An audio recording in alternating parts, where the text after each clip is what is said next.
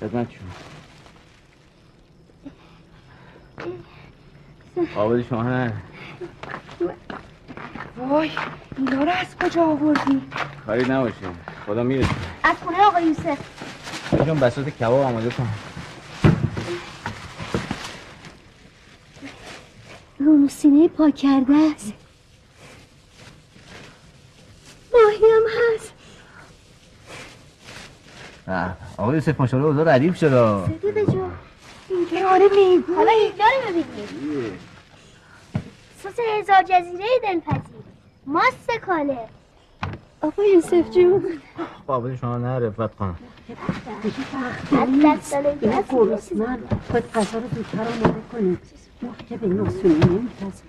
نه بابا اینا جوون از سر شب غذا نمیخورن. بله راست میگی. میتونیم اول رو کباب کنیم رو منقل. کباب میکنیم. خیلی خوب مرغا رو که جوجه کباب میکنیم سسش هم خودم درست میکنم.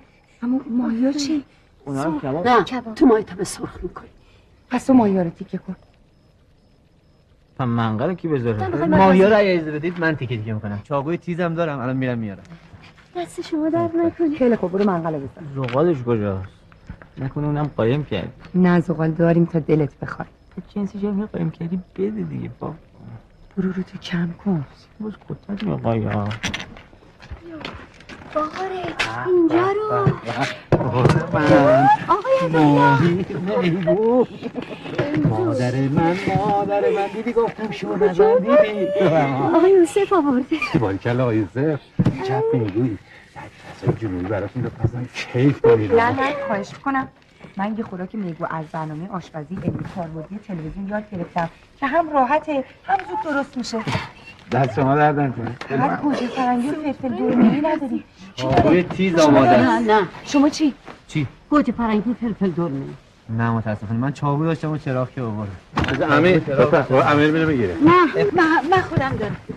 باش بود دست درد نکنه. فقط خانم ماهی‌ها رو لطف کنید. شما ماکارونی رو یه هم بزن. ماکارونی رو ولش کن. آقای عطیه جان سرهنگ رو ببر. بفرم جناب.